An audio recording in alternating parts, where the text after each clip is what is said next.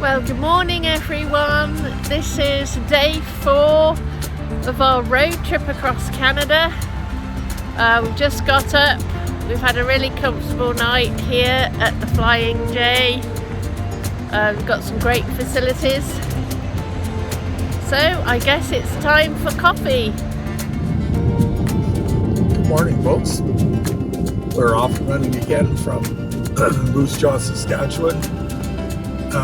Won't be long and we'll be in Regina. It's not very far.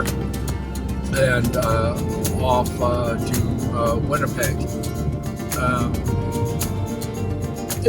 We could probably make Kenora today. We'll see what the timing is like. The weather is good anyway, and the biggest problem we have is if it gets too warm, our car takes forever to charge because the battery cooling system on this lease is not the greatest in the world.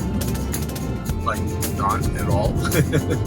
So, anyway, we're off and running and we'll see where we get to.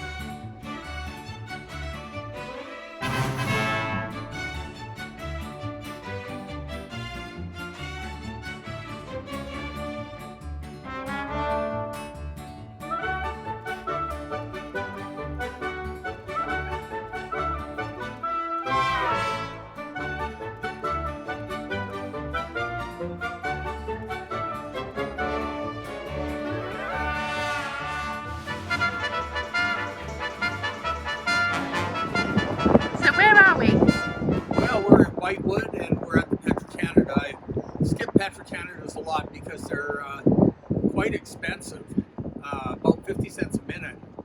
But today we get in here and it's working well. It gave us a 60 kW charge, and so it's very quick, and $15. Not bad. A wild breed, our little EV, was having her brunch. We popped into the Can-Am restaurant behind us there and we had a really good breakfast. Everyone's really friendly, the food is good and great value. Definitely worth a stop.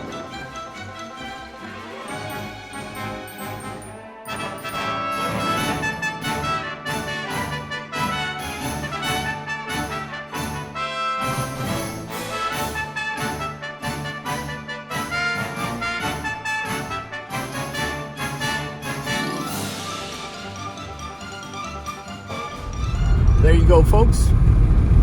300 transport trucks on the road or on one train. The fuel burned on that train is nowhere near what those 300 transport trucks would burn to get those products to their rightful homes. We have to start looking at ways to cut out carbon-based fuels. That's one of them. Electrifying that track would be the next, but that's a ways off. But even putting 300 transport trucks on one train, how much difference does that make to our environment? So instead of putting a truck on the road, what they could do is have intermodal systems.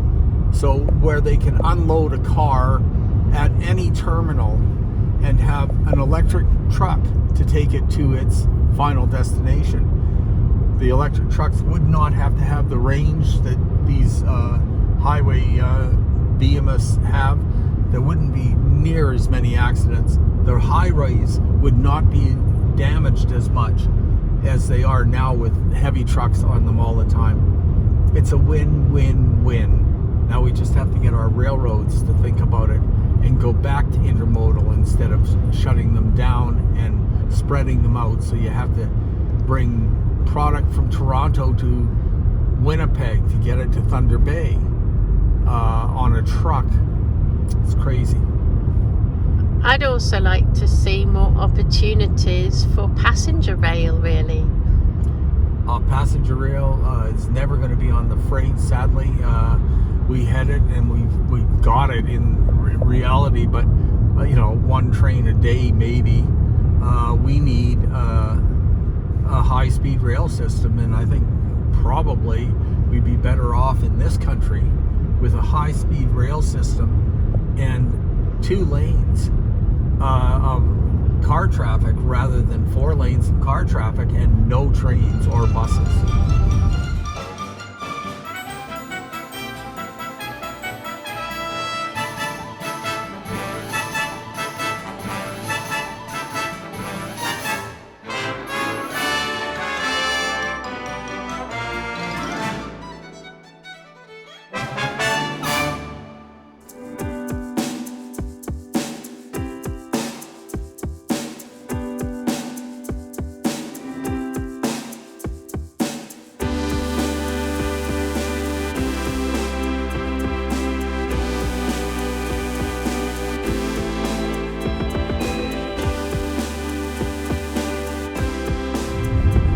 Picture is about a grain elevator. Grain is collected by the farmers, of course, grown by the farmers and collected. They bring it in trucks to the grain elevators where it's loaded into the different terminals and or tanks.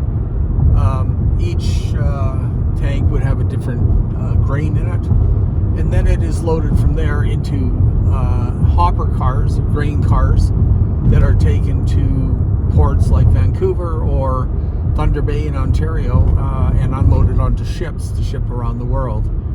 A bit of how we move our crops in Canada.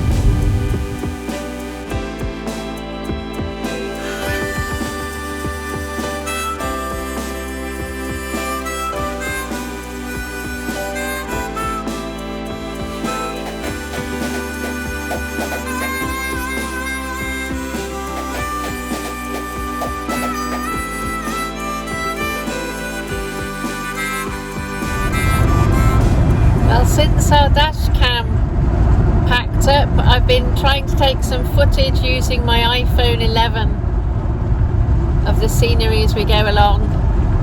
So apologies if there's a little bit of a shake in there now and again.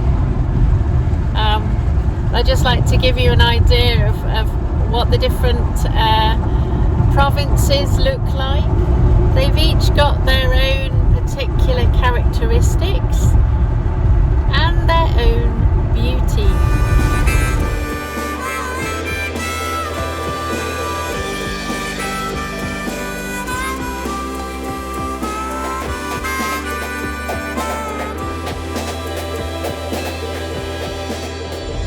What's it called? That's the tie gang. What they're doing is changing out ties that are worn out and putting in new ones. So they put in on this section, it's creosote ties. So they'll pull out the old worn out ones that are crushed or cracked up and dried out, and they put in brand new ties and re-nail the track down, and then they level the track. They have a special machine that comes along and levels it so that there's no ups and downs, no wobbles in the track. It's ongoing maintenance of a railroad. Yeah, interesting. Here's an interesting fact for you people.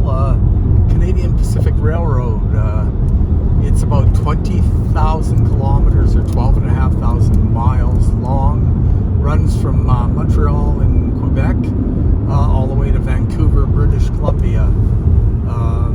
It also has a subsidiary, or owns, the Kansas City Northern, which runs from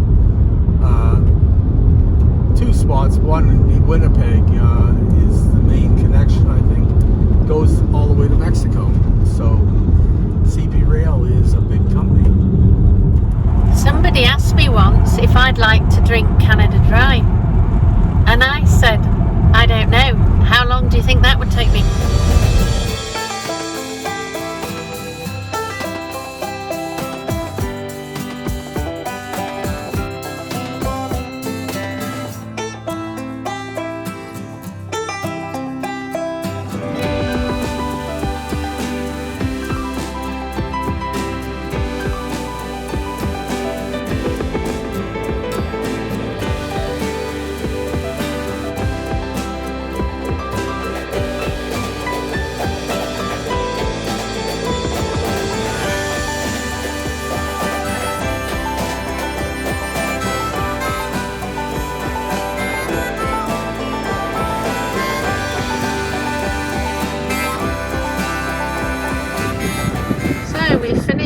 lodging in Brandon. Brandon. And we're off to Winnipeg. We'll check on the way by Portage to see how it looks. Yeah. But most likely we won't have to stop. We've got 215 kilometers to Winnipeg, and we're sitting at 301 on our charge right now, 80%. So we're off and running, and got my eye drops in. So we're all good. Yeah, the atmosphere is very dry, isn't it, at the moment?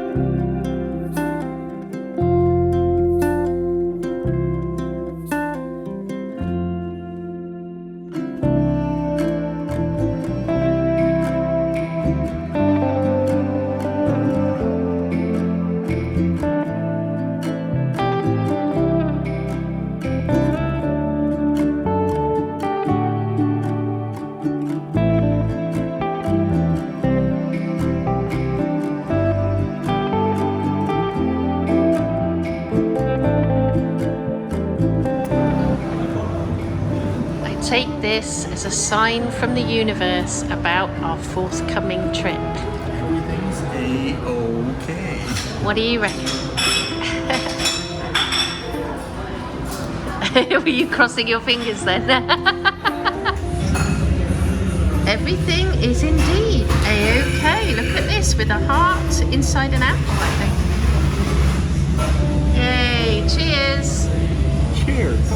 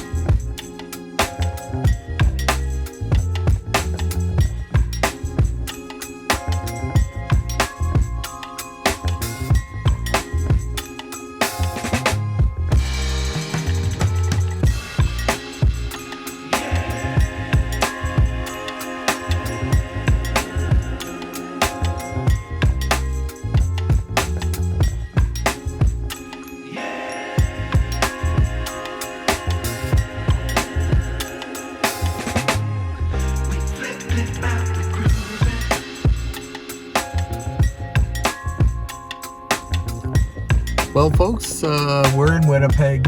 We stopped at Polo Park for a while and got some charge, but the chargers here are all dropping down to 20 almost right away. And again, we're sitting here.